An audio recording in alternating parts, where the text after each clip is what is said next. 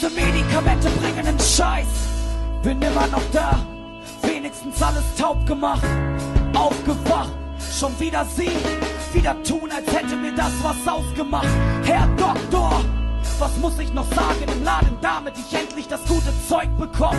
Kein Witz, nur noch den Eintritt, um käsig zu töten und Benjamin gleich mit. Will los ins Scheißlicht, wofür zahl ich die Leihgebühr? Würd selber tun, doch bin dazu feige für. Keine Türen, vergittertes Glas, der Traum wird besser verkauft als es ist. Was Ruhm und Fame, zugegeben, kann Ian Curtis mittlerweile gut verstehen. Versucht das Leben rosig zu sehen, aber Depression scheint niemals außer Mode zu gehen. Schatz, lass mal, die Wunden waren immer dort, zum Verdecken nützt kein Pflaster der Welt.